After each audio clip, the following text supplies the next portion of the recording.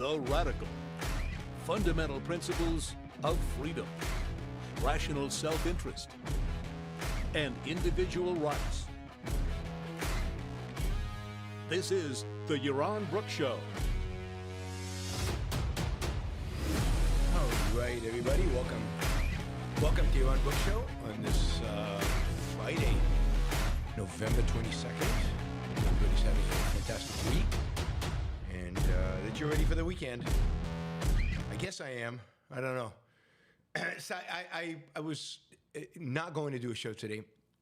I took a turn for the worse last night in terms of my stupid cold, and also had to do a bunch of prep today. I also, I had to do a bunch of prep for my trip tomorrow. I leave for 3 weeks on the road. 3 weeks on the road, so I figured I'd rest up a little bit today. And there was not a lot of news, really not a lot of news. We covered everything yesterday. Seems like more talk about the ICC, more talk about Trump's nominees, but nothing new about Trump's nominees. And so I was going to not do a show, but then I actually installed my new Apple Mini. And, it really deserves a test run. So count this as the Apple Mini's test run. I'm not actually pushing it because I don't have a bunch of windows open today, so I'm not pushing it right now. But God, this machine should be able to really take it. It's tiny. The thing about this is it's tiny, and yet it's got an M4 Pro in it. Don't ask me how many cores and everything. I got fully loaded, whatever. 64 gigabytes of RAM. I don't think I need 64 gigabytes, but it should. I have low volume. You guys have low volume? All right, we can fix that. Is that better? I think that should be better. Volume should be better than, maybe even a little bit tinge more. That should be better. Okay, let me know if it's better. If it's not better, I can increase it some more. So let me know. Much better, much louder. Thanks. Okay. So anyway, 64 gigabyte, which I should never need, but never say never. What the hell? And fully loaded, terabyte of hard drive space, and so I figured I'd give it a test run. So that's what we're doing. I also read, we talked about Mark Rowan yesterday, and Mark Rowan being interviewed for the role of Treasury Secretary. And he was interviewed yesterday, I guess, by Trump. And I read today that, MAGA was kind of going apoplectic about it. They were going kind of crazy because they were objecting. It's just unthinkable that you would appoint a private equity guy to the role of Treasury Secretary. Private equity is evil. It's exploitative. It basically exploits the American working man. So I figure there's a good topic to talk about. I've talked about private equity in the past because Mitt Romney was a private equity, of course, candidate. And I know I've done shows on private equity, and I know people have asked me in kind of our super chat questions about private equity, but I figured, okay, let's talk about private equity. Isn't it interesting, as we see over and over again, how MAGA sounds just like the left, how Bernie Sanders and MAGA are basically the same? So I thought that's kind of interesting that they are that they're basically the same. They're basically anti-capitalists. They basically have a zero understanding with of markets and how they work, and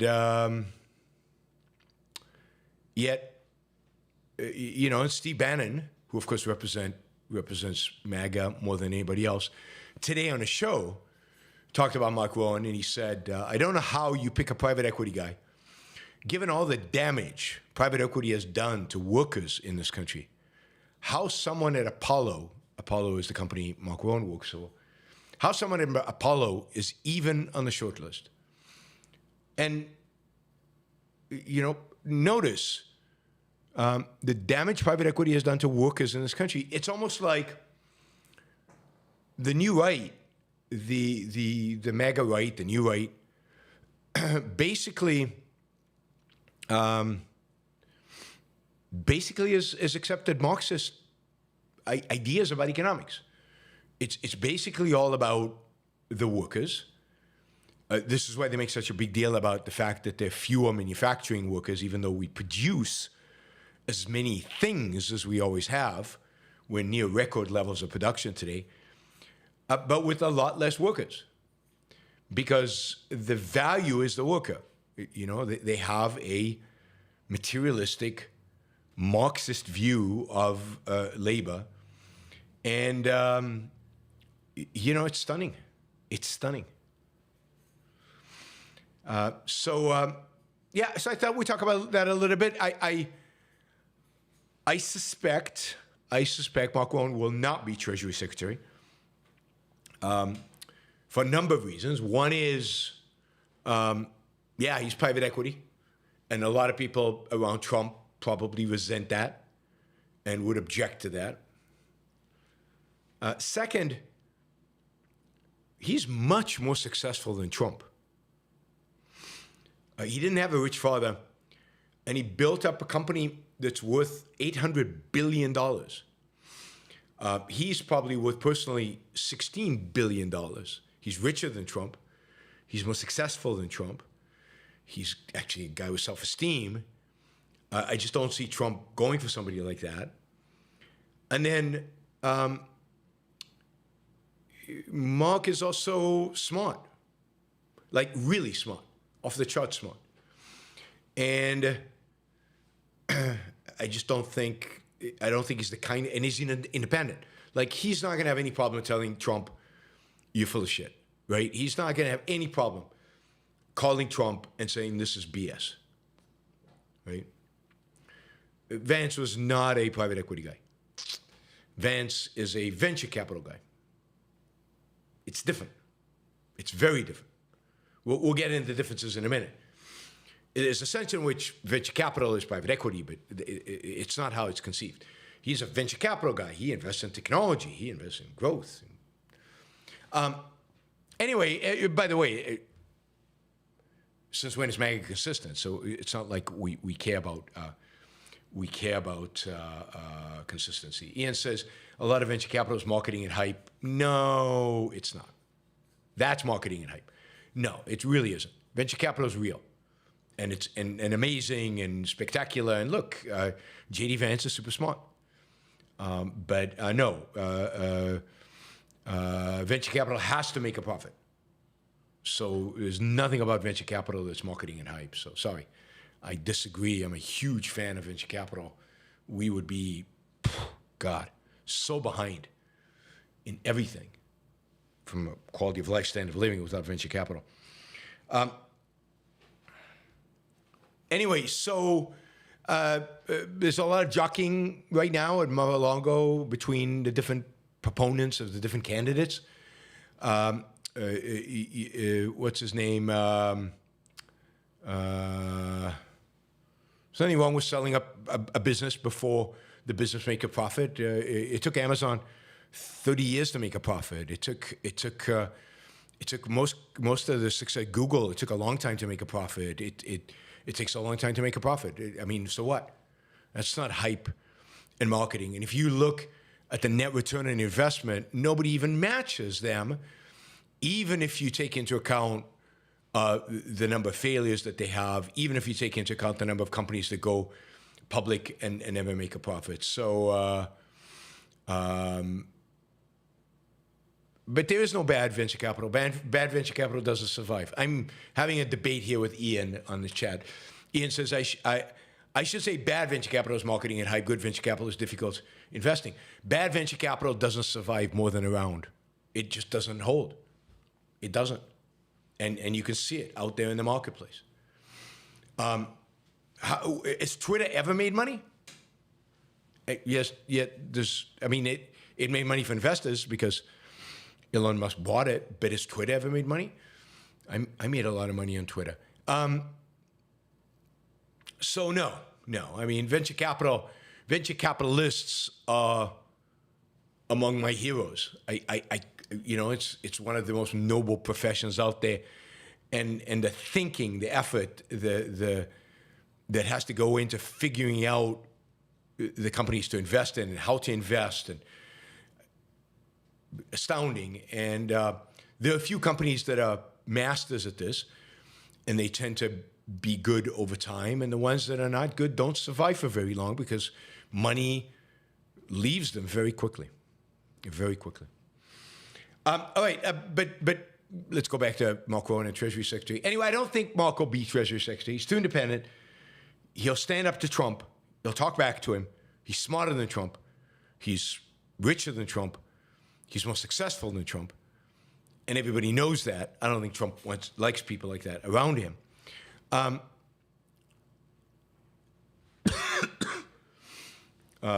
Which good companies did J.D. Vance invest in? I don't know, but J.D. Vance worked for Peter Thiel's venture capital fund, and Peter Thiel's venture capital fund has done really, really well and has invested in phenomenal companies, including Palantir, which is a great American company with many billions of dollars, and lots of other companies. Peter Thiel has done very, very well as a venture capitalist, and J.D. Vance worked for him. So I don't know what specifically J.D. Vance invested in. So right now, people are making cases one way or the other, but it doesn't look like Trump is going to go that direction. I think Trump is going to go. If I had to guess right now, and what do I know? What do I know? Right? I would say now, Charles Gasparino, who is where's Charles Gasparino at? He's at Fox Business, is that right? Charles Gasparino is Fox Business, yeah. Is a financial reporter at Fox Business. Anyway, Charles says that Mark Rowan is telling people he really isn't interested in the U.S. Treasury job. Now, no, right? Here's the interesting thing about that, is Rowan canceled a bunch of meetings. He was in Japan, I think it was just Japan or maybe Hong Kong. He was in Asia, and he canceled a bunch of meetings. By all accounts, spent a lot of time prepping for the meeting with Trump. Flew, especially to Florida from Asia. That's a long flight to meet with Trump, and then he's not interested in the job, which tells me, well, one or two things. One, he knows he's not going to get it because it didn't go well. Two, he actually met with Trump, and he decided, like somebody else I know really well, I can't work for this idiot, and basically decided he couldn't work for Trump, and walked away. So we will see. But my suspicion right now is that he will not take the job. He will not get the job. That it's just.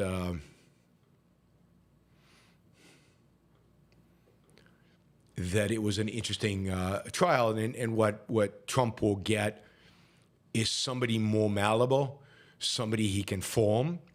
Probably the best guess would be, my best guess, and this is just me because what do I know, right, would be that he picks, what's this guy? This guy who he was thinking about hiring for the Fed, and then at the last minute, he picked Powell, and he regrets it because he really likes, he likes this other guy.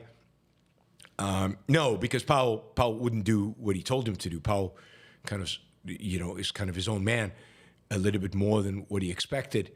So I think he's going to go with this guy Walsh as his Treasury Secretary, and the deal is Walsh, W-A-R-S-H, and the deal is that when Powell's term is up in 2026, Walsh would become head of the Fed, and then Trump will find somebody else to run the Treasury.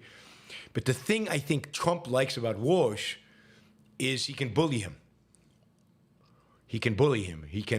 Walsh will do what Trump wants him to do. And, that I think he views very favorably. He likes people like that. I think the problem with some of these other people is that they're just too independent. All right, so let's talk a little bit about Rowan. Rowan started out really after he got a undergraduate and an MBA at Wharton at University of Pennsylvania. As I think I said yesterday, he was very involved recently, this year, in ousting the president of University of Pennsylvania, for her kind of response to the anti-Semitism on campus. He sits on the board of the Wharton Business School. He is, but he after graduating from Wharton, I think he went straight to Drexel Lambert. He went straight to Wall Street and got a job at Drexel in the mergers and acquisitions section of Drexel. He worked both in New York and in Los Angeles, which tells me, by the fact that he worked in Los Angeles, that he worked under Michael Milken. He was still young. He was in his 20s. But, working under Milken, you got a lot of experience very, very quickly. And you did big deals.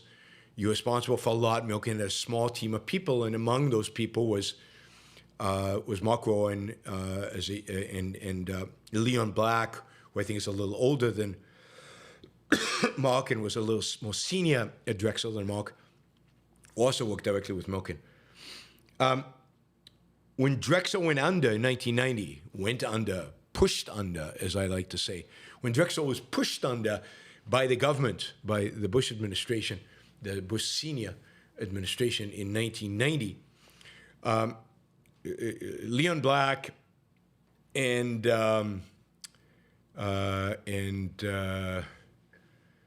Mark Rowan, basically found themselves without jobs, and they started out their own business, Apollo Ventures. They landed up, when the market collapsed, the junk market collapsed, and S&Ls and banks couldn't find buyers for their junk bonds, for their high-yield bonds. Leon Black landed up buying those bonds from them at pennies on the dollar and made a fortune off of them. And I think that's where their first fortune really came from, was buying junk bonds that banks had to sell. They had to sell them because this is part of the whole shenanigans of the government. The government passed a law saying S&Ls had to sell their junk bonds. By doing that, they collapsed the market. Guys like Mark Rowan and Leon Black were right there to buy them up. But since then, right, he's basically they built up Apollo as a private equity fund. So let's talk about what a private equity fund is, and let's see how bad it is for the American worker, the American economy, for the American middle class, for Americans broadly. For how good or bad is it for Americans? What does private equity do?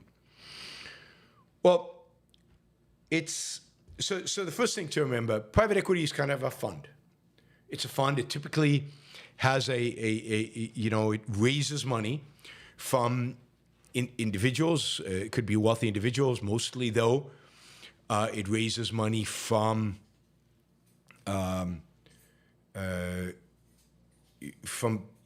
pension plans, insurance companies, endowments, big, what they call the institutional investors. And so they create what's called a limited partnership. They raise a bunch of money. Let's say they raise $100 million, and it's all pooled together, and then they use that money to buy companies. Now the investors know that money is locked away until the private equity fund returns that money to them with hopefully a fantastic profit. And it's locked away for at least for up to typically 10 years, sometimes 12, sometimes 8, but it's typically in that range, 8 to 12 years. So it's a pool of money that now the investors have, and they can do a bunch of different things with it. Typically what private equity does, now venture capital is structured the same way, but what venture capital does is invest in startups, in new companies. It could be startups at the very, very beginning, you know, a guy with an idea and some code, or it could be later on, but typically these are companies that are in tech, biotech, cutting edge, real startups. Private equity is not like that. Private equity typically invests in existing companies. For example, they might invest in a private company that is owned by a family, and maybe the CEO, who is the father or the grandfather, is about to retire, and the kids are just not in a position yet to take over, or they're not interested in taking over, or they're not talented enough to take over. And typically a private equity fund might buy the company from him and bring in a professional management team. They might buy a percentage of the company from him, help the children get established, bring in some professional managers to help the children. And then the idea is you take the company, whatever it is, and you make it as profitable as you can. You increase its profits. And then ultimately, you sell the company. You might sell it by taking it public.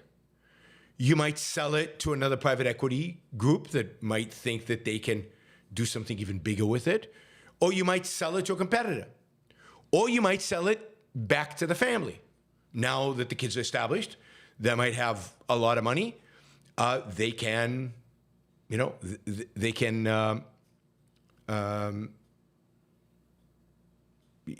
afford to buy it back.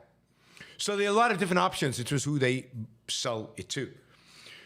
Another strategy they could do is they could buy a company in a particular industry. Let's say roofing. They could buy a roofing company that specializes in roofing. And they could do what's called roll-ups. They could go out and they could buy a bunch of roofing companies and gain the benefits of scale. The benefits of scale reduce a lot of overhead. So, for example, every roofing company has their own CEO.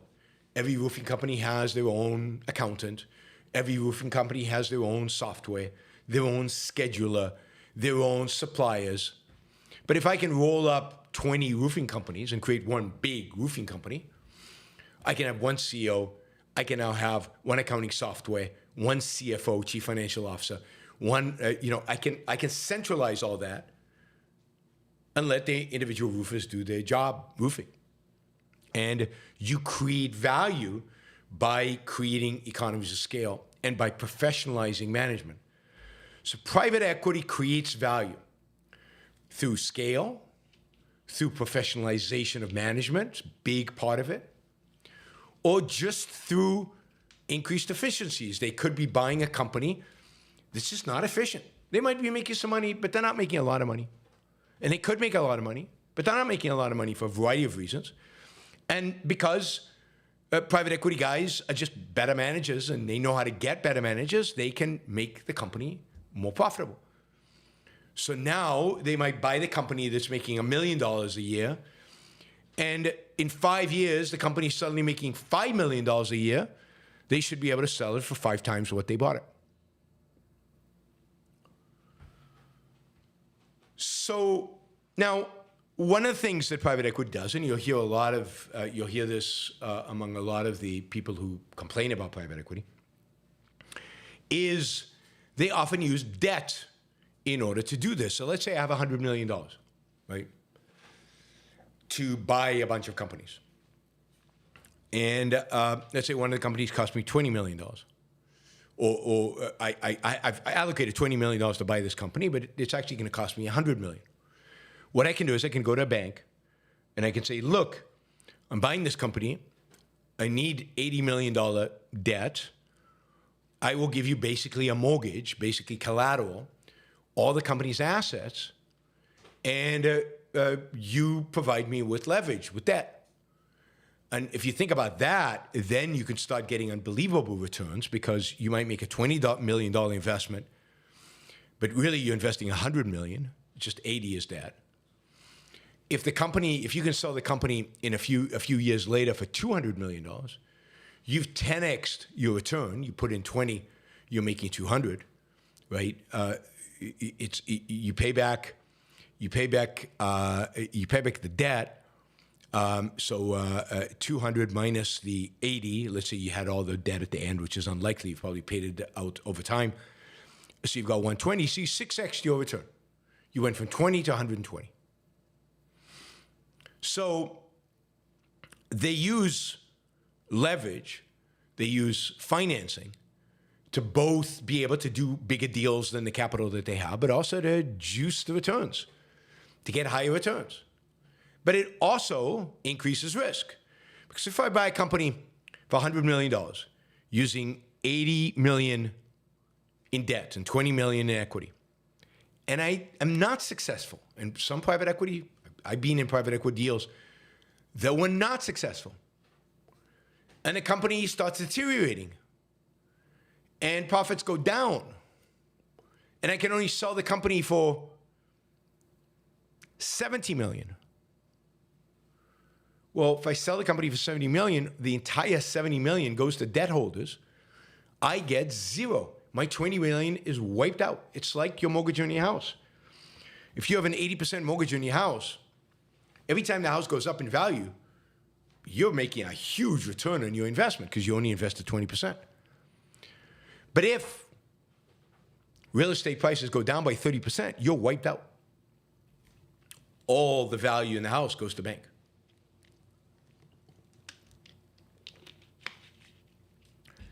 So private equity uses a lot of leverage. Another difference with venture capital uses no leverage or very little leverage, because the very essence of the venture capital investment is risky in and of itself. Here, the underlying business itself is known, it's less risky, and therefore you can borrow money against it. A startup in a venture capital world has no collateral on which to raise capital, on which to get debt.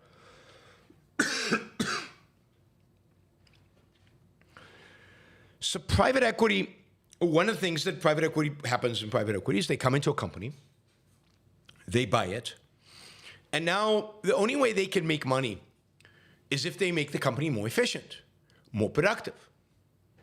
Well, one of the ways you make a company more efficient is by increasing the productivity of the workers and by shrinking the number of workers you have. Workers cost money. So a lot of times private equity funds, when they buy a company, will engage in layoffs.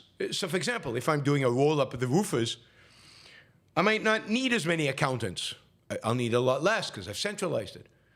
I might not even need as many roofers. I might actually be able to reduce the need for as many roofers because I can allocate them across time and across geography more effectively. So what the essence of private equity is to make money by increasing productivity, by increasing efficiency, by getting more out of the assets that exist. It is an industry that has, in many ways, I think, revolutionized America. I mean, if you think about the big hostile takeovers of the past, in a sense, many of them were structures of private equity. You know, another way private equity could work is you buy a very large company that does a lot of different things. This is a good example of this, a brilliant example of this, the best you'll see anyway, is the movie Other People's Money, a movie I highly, highly, highly recommend. You buy a business that has, 5 different things that they're doing. 2 of them might be making money, 3 of them might be losing money. And you buy it. And then you break it up.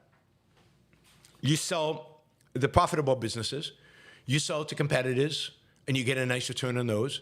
And then you take the losing businesses, and maybe one of them you can turn it around, make it more productive, make it more efficient, turn it into a profitable business, and then sell it. And then two of them, they're just not worth it, and you fire everybody, and you sell the building, and you melt the equipment, and you sell the steel, or whatever you happen to do, right? So private equity is how we got rid of conglomerates, in a sense, in America. How we took our the conglomerate form, which dominated American business in the 60s and 70s, and it basically eliminated it and got the kind of efficiency streamlined and streamlined everybody. Okay, so Trump is named as Secretary of Treasury. I was wrong, not for the first time. He's named Scott Bessent, so I was right that he would not name Mark Rowan. I hope Mark doesn't regret flying all the way to Mar-a-Lago from Asia. Scott has been the favorite to get this job since March. He was the guy who was expected, everybody expected he would get it. He is, he's a Trump guy. He's a Trump acolyte. Ian says he's a Soros guy. He's not a Soros guy. He worked for Soros. Thousands of people worked for Soros. Soros is one of the most successful hedge fund investors in history. A lot of people worked for Soros. That doesn't make them Soros guys. It just makes them people who worked for Soros, learned the trade, the investment trade at Soros. Not a bad place to learn the trade. Soros is a brilliant, brilliant, brilliant man. He might be, he might be a bad man, but doesn't mean he's a leftist in that sense. But Ian says it was a joke. Bessent is the guy everybody expected, and it got thrown out. I guess Bessent somehow pissed Trump off in the last few weeks, and then this Lutrick guy tried to get the job instead, and then Lutrick was saying Bessent is no good, and Bessent is a hedge fund guy. He's okay. I think he's going to be okay. I don't know what his views are on tariffs. I assume they're positive, but the fact that Lutrick, who's big on tariffs, opposed Bessent, maybe Bessent's a better guy than we thought. But it's going to be interesting. It's going to be interesting. But this is the kind of Trump expected pick. And he'll get approved. I don't think there's any skeletons in the closet. I don't think there's anything tawdry about him. I don't think anybody can argue he's not qualified. He probably is. He's very familiar with markets. He's very familiar with the Treasury markets, with the Treasury Department does a lot of. He's supposedly pro-tariffs. So, I mean, this guy, they'll approve him. So he's not a problem. So Trump has now made all the significant appointments. There's still a bunch of second-level kind of appointments that need to be made. We'll see how those goes. But as I said, as I predicted, Mark Rowan didn't get it. Anyway, so private equity is revolutionized American finance. It revolutionized American business. It changed the game. It's an industry that came into its own in the really into the 1990s, and has become a dominant player in American finance. In the old days, and it really came into its own in the 80s with companies like KKR and legendary companies that did amazing deals that, again, dramatically increased the productivity of American industry. Now, they laid off a lot of people because that's part of what happens when you increase productivity.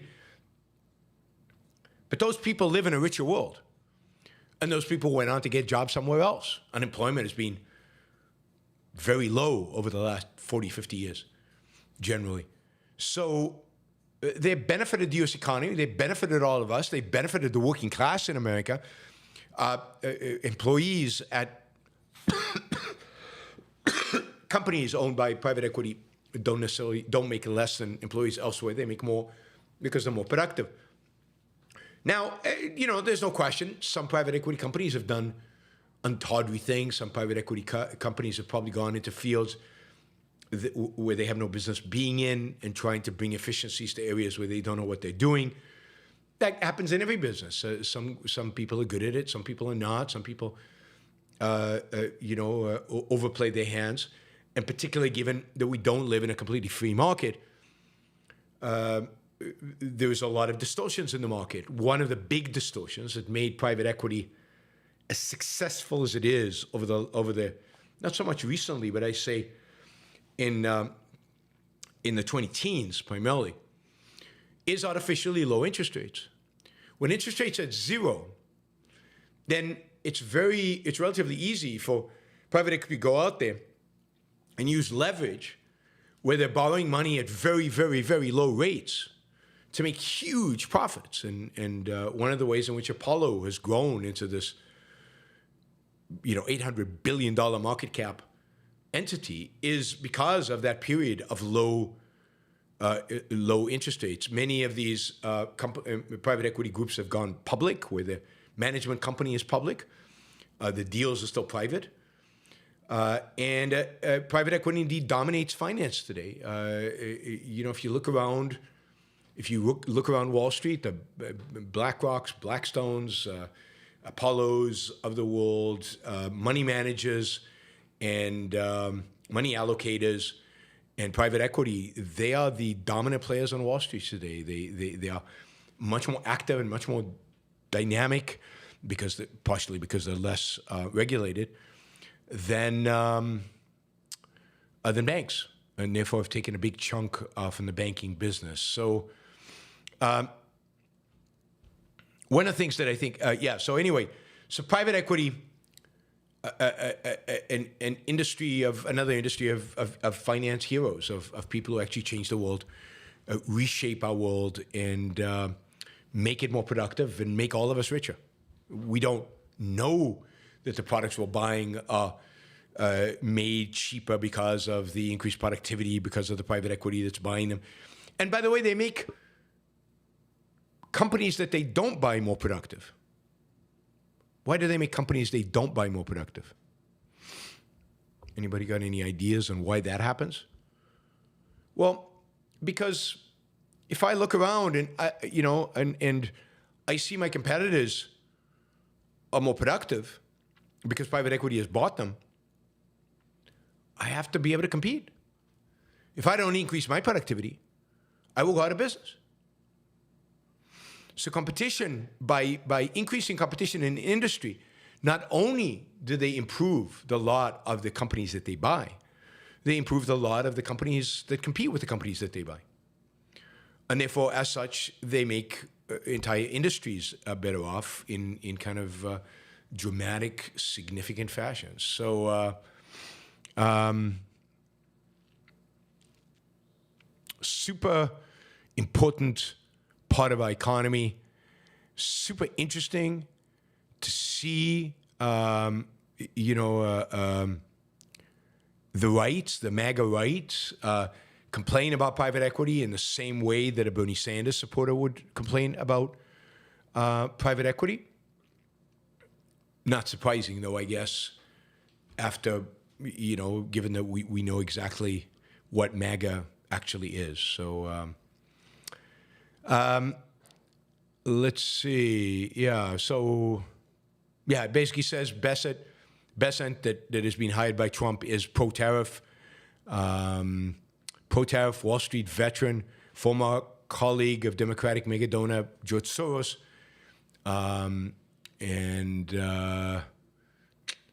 It's going to be interesting. So he's basically building a team around him that is pro-tariffs. Pro-tariffs. All right, what else did I want to say today? Treasury Secretary is going to have a huge impact on tariffs, of course.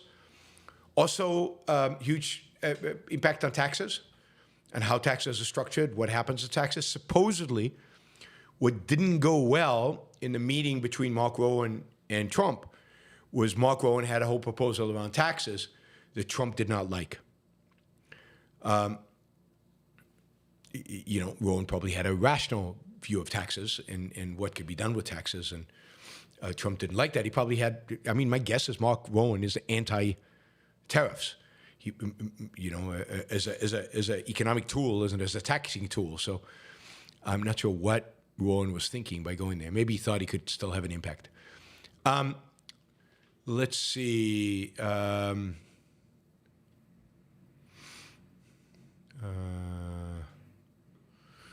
Musk did not like Bessent.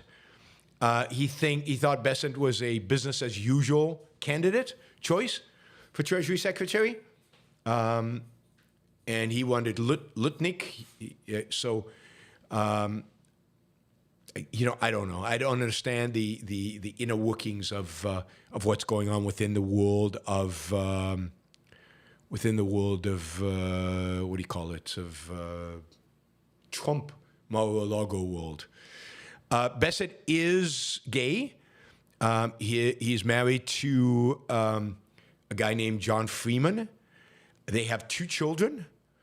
So he is the first he will be the first Senate-approved LGBTQ plus member in a Republican cabinet.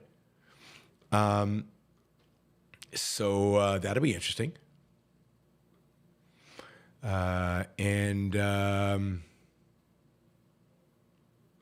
Yeah. So kind of interesting all around. We'll see how this plays out.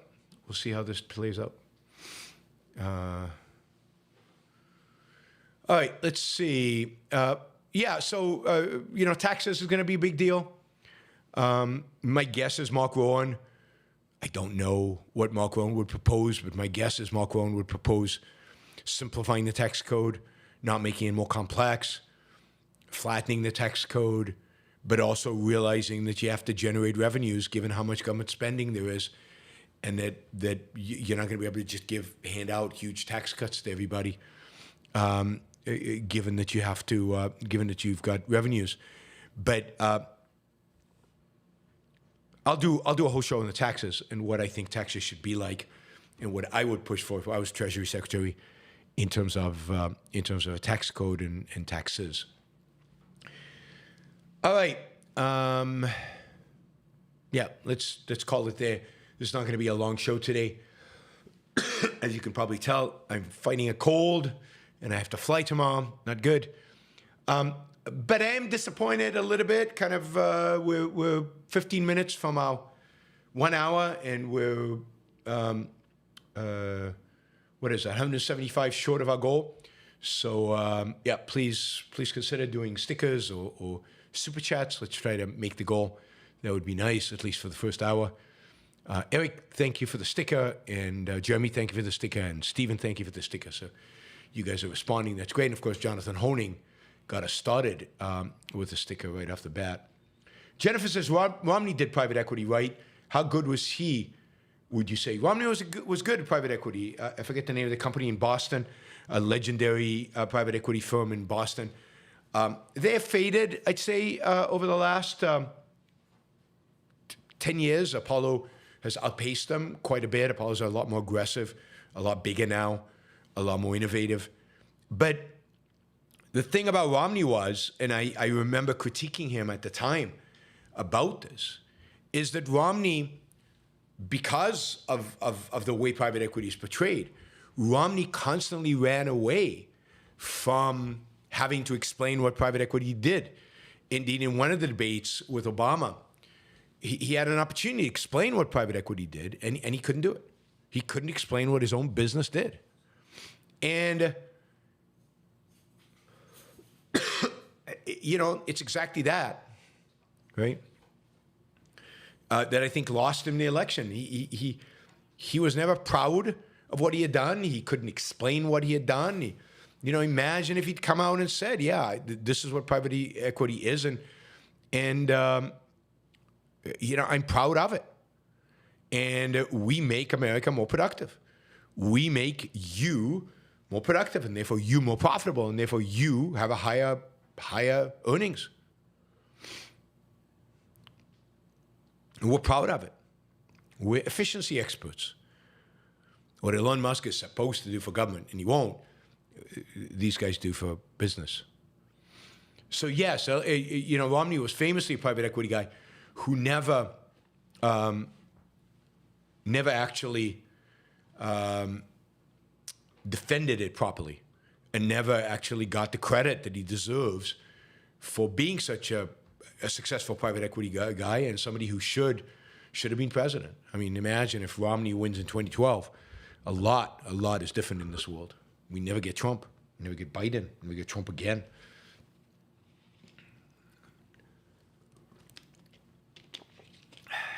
All right. We probably repeal Obamacare. A lot of things happen, and Biden and Romney would have been a decent president. Not great, but a decent one. Andrew says, you've spoken a lot about how hard it is to judge Elon Musk. What is your current evaluation of him?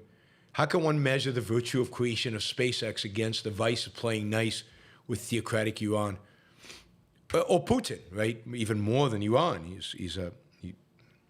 He says nice things about Russia and nice things about Putin. I mean, I don't know. He's still very difficult to judge, right? And this is, you have to be nuanced in these things, right? You have to say, here's a guy who's brilliant at business, a visionary, a real visionary. You have to admire his long-term perspective and his productiveness. And then you have to say, on the other hand, when it comes to other things in his life, I don't know, the number of children he has with a number of different women, so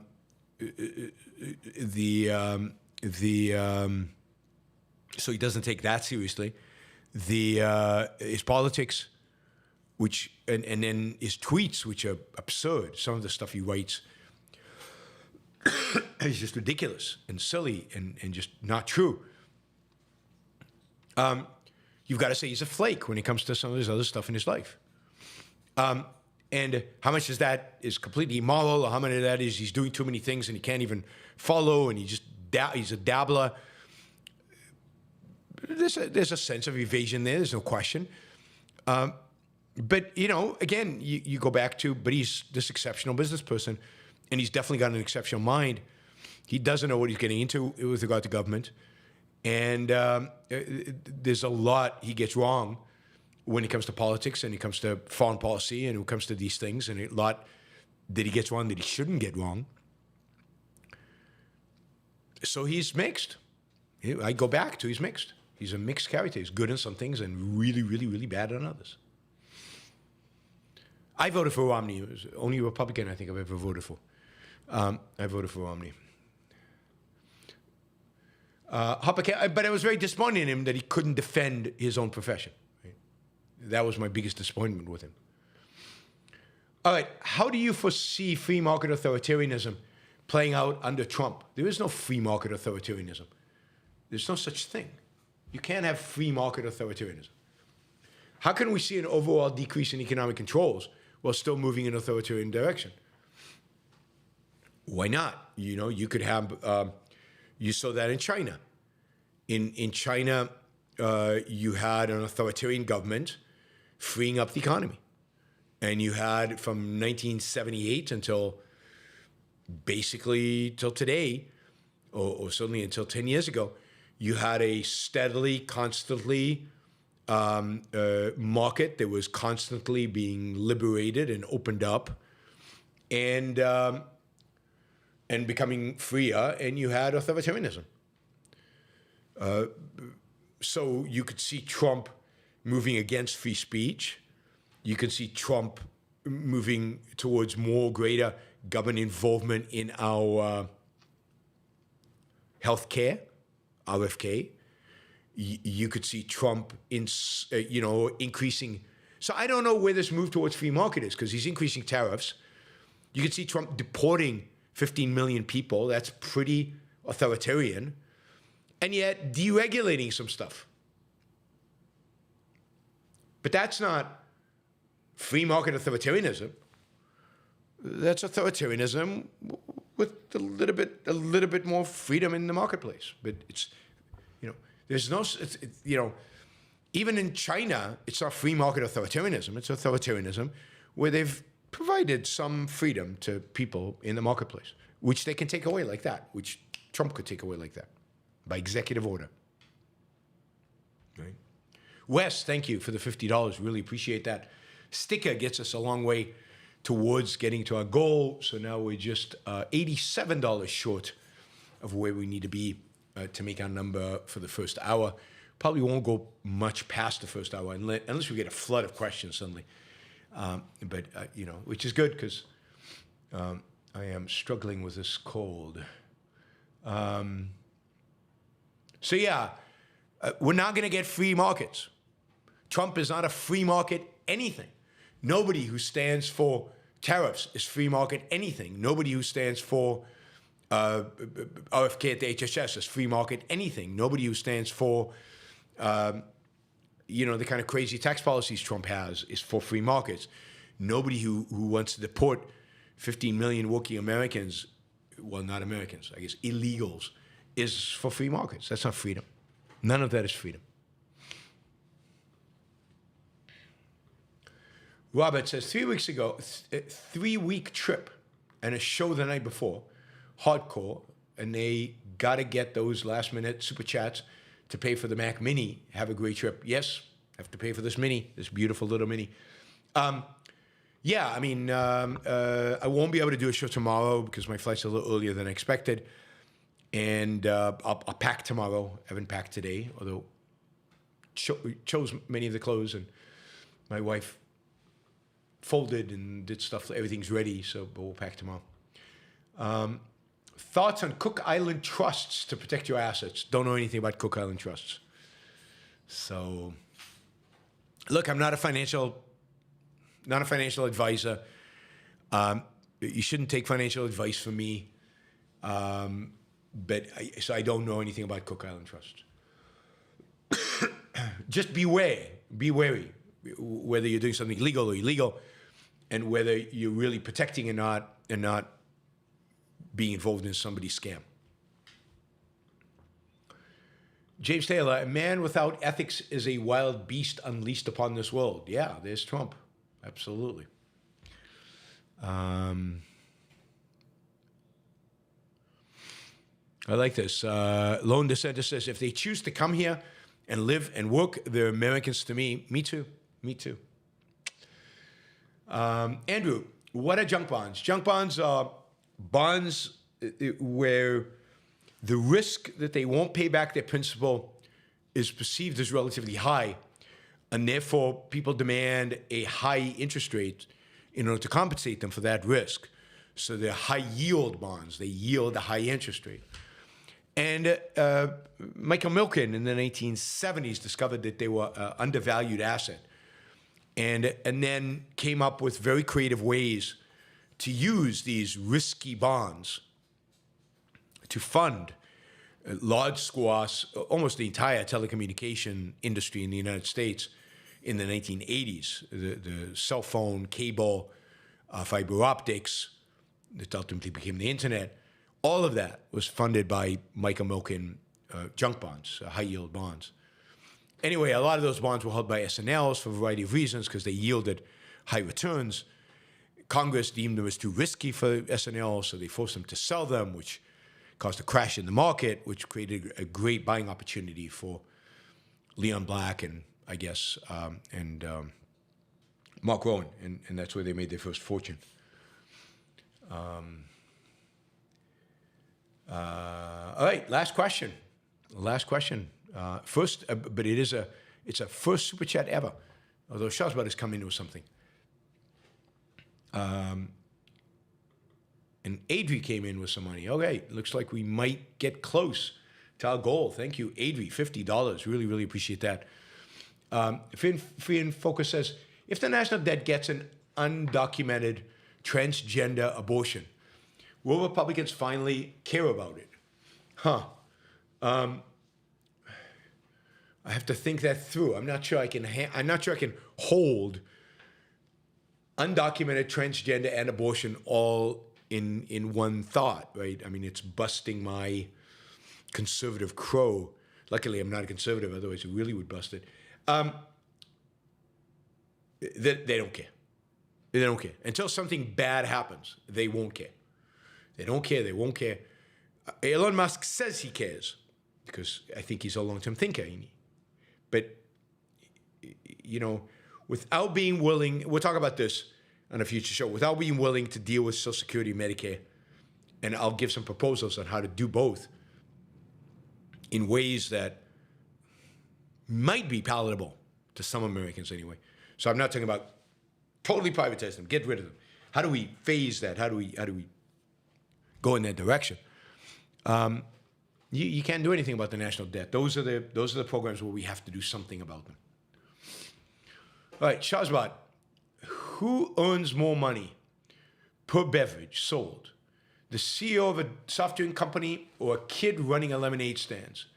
If it's a kid, should he be condemned for being even more greedy? Who earns more money per beverage sold? My guess is the kid does. I mean, profit margins on a glass of lemonade are probably quite high, right? Profit margins on a can of Coke is probably nothing, really, really low, given how competitive the industry is. So, yeah, I mean, and given that the profit margins are so high, what it really means is that the kid selling the lemonade has a monopoly, because otherwise you can't explain the high profits. There's not enough competition. And, he should be shut down on the basis that he's monopolizing the neighborhood. Now, it's true that if he goes away, nobody will sell lemonade, but it's better that nobody sells lemonade on the street than that a monopolist does so and makes exorbitant profits, which monopolists do. It's just horrible. That was all kidding, just in case somebody is confused. Oh, God. All right. Andrew, took us over the limit, over the first hour goal, which is, and we got David came in as well. More on the question yesterday about the world sucking that seems contrary to the spirit of objectivism. Rand described Galt as a lover of reality, one who thinks the world sucks. Should check this premises. Feel better, thanks.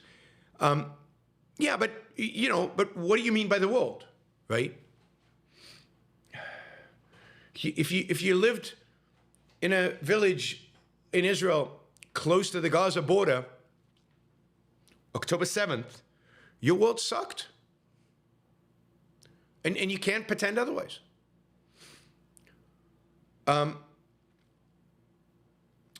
If Trump has 20% tariffs in the world and gets into a tariff war, and I don't know, the U.S. economy spirals into a depression and a lot of you guys lose your jobs, that'll suck for me and for you, right? And there's a sense in which the world sucks. Now, to be objective about it, we have to be able to see the sense in which the world doesn't suck. We have to be able to see the upside potential, the good that is possible in the world, and the good that to some extent, even right now, exists in the world, right? So, so it's important to be realistic about the world sucking, where it sucks, how it sucks, for whom it sucks, and how much it sucks for you in particular.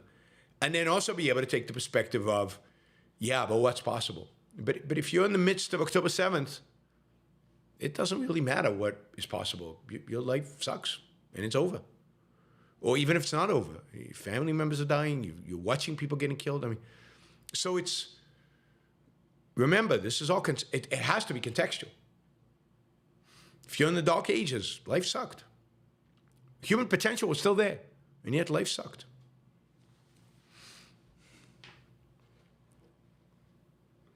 So the benevolence is what's possible. Knowing man, knowing reality, and recognizes the possibility of greatness.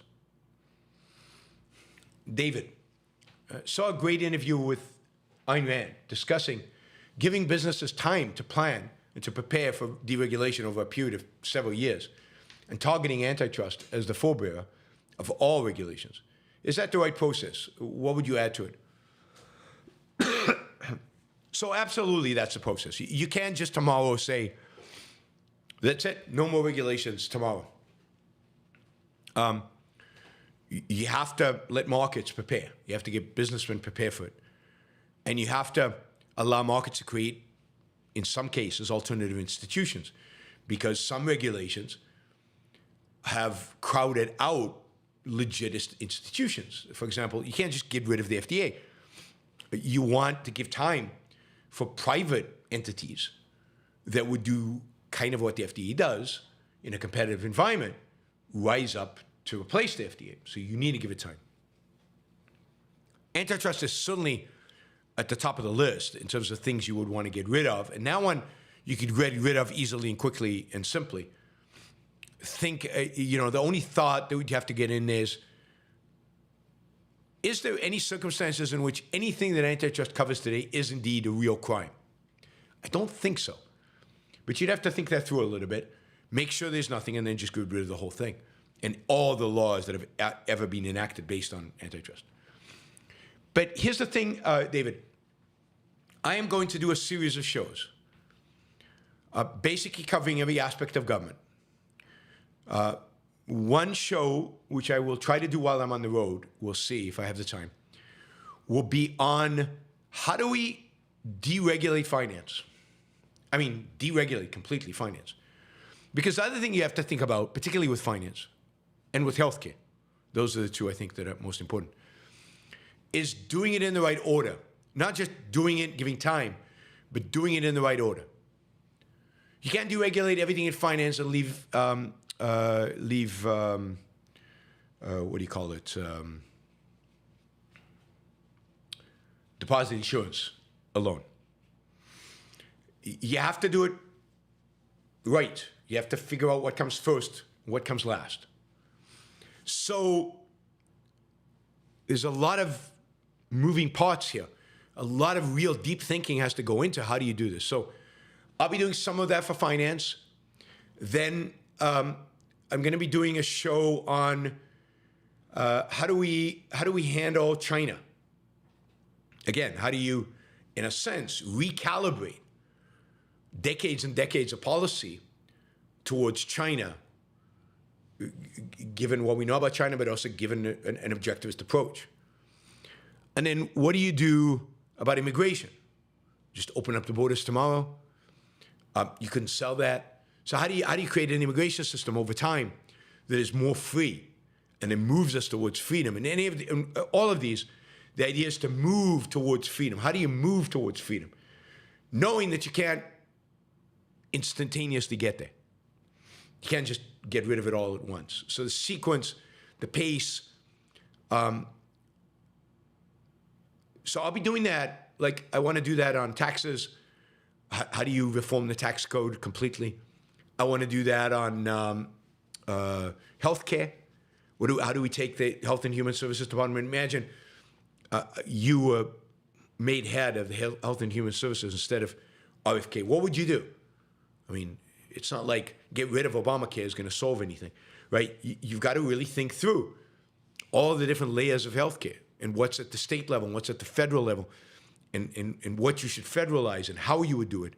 Environmentalism, how do you get rid of the EPA? In what sequence do you do it?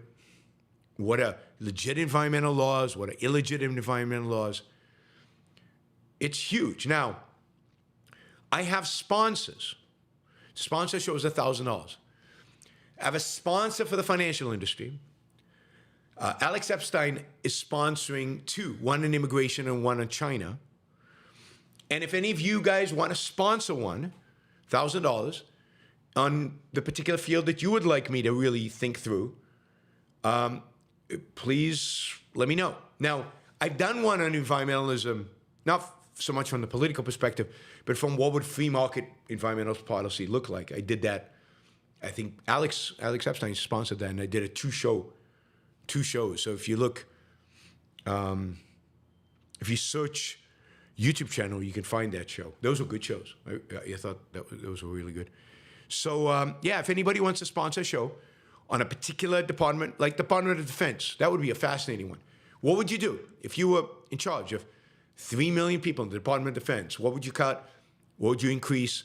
What kind of weapon systems would you invest in? How would you shake up the structure? How would you reposition American troops to face the real threats? What would you do? Not in terms of who we're going to attack. It's not really your decision. It's the president's decision. But how would you position the Department of Defense, the Pentagon, the military, to do what was ready to defend America? So I'd love somebody to sponsor the Department of Defense. That's one of my favorite ones. I'd love to do that. So yeah, $1,000 each one. Let me know if you'd like me. Just drop me an email, yaron@yaronbrookshow.com. All right. John says, happy Friday. Thank you, John. Jennifer says, hope you feel better soon. Have a great trip. Thank you, Jennifer. Andrew says, turns out that when people get to choose their search engine, they overwhelmingly choose Google. That's really sad. That is not because Google has biased us, but because it is a high-quality product. I know, that's right. And yet, the Justice Department or the FTC wants Google to be broken up. And the sad thing is that they will not change their recommendation once Trump gets into power, because Trump is anti-Google as well and very pro-antitrust. So we're not going to get a reprieve from a Trump administration. In that sense, again, friend Hopper, not a free market, not free market, no free market here. Not a free market at all. Not friend Hopper, sorry, Hopper Campbell. Very pro-antitrust, Trump is. All right, guys, thank you. Thank you to all the super chatters, really appreciate it. Sorry it's a short show, but I really need to give my voice a rest and give my whole body a rest, I guess. And I will see you from the road. Next show is likely to be on Sunday from Lisbon, Portugal. I hope the internet connection at the hotel is good. I'm now going to be dependent on hotels for the rest of my travels. So hopefully the Lisbon Sheraton has a good internet connection. And if it does, I will see you all from Lisbon on Sunday. Have a great weekend. It's weekend. Have a great weekend. Bye, everybody.